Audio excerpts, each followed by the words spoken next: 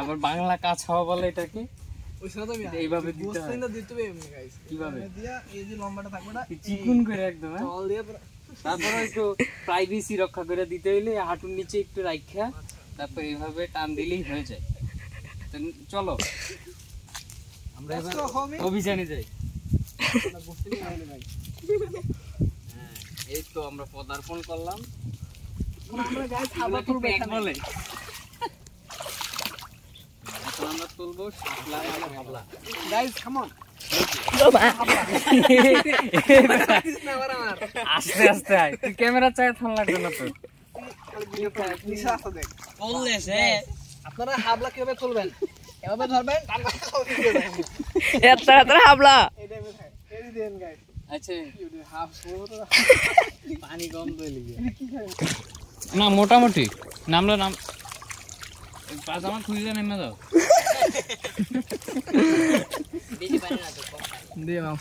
পানি কম হলে অটোমেটিক সাপলা সরে যায়। ওমা শাপলা হইলো পানি যত বাড়ে শাপলা তত এটা বারবার মল গরমে তো সিয়াম রে মল গরমে সগা গরম কি আয় তো গাইস শাপলা তোলার জন্য যাইতেছে সিয়াম আর মেহেদি ভাই হিন্দু শাপলা দেখো এই যে ব্যাট এই দেখো এটা হচ্ছে ব্যাট, এটা ক্রিকেট খেলার ব্যাট না কিন্তু এটা খাওয়া যায়।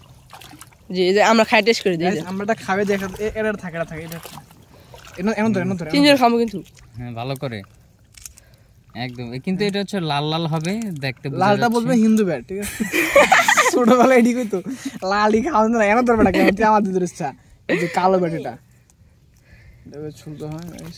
আর এটা হচ্ছে যখন পেকে যাবে তখন এটা কালো হয়ে যাবে, কালো হইছে গা কালো হইলে এটা খাওয়ার উপযুক্ত হবে। তখন একটু আপনার মুখের মধ্যে একটা এই যে আমি খামু তো আমি খামু তো হ্যাঁ এটা আরো ভালো হবে।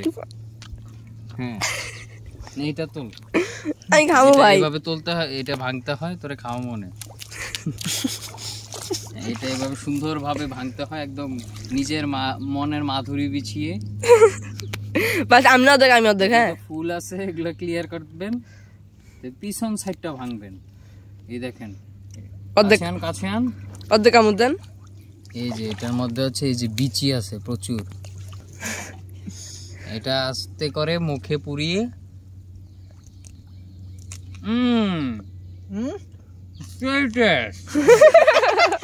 প্রচুর টেস্ট। গাইস আপনাদের এখন হাবলা খাওয়া দিলে খাবো।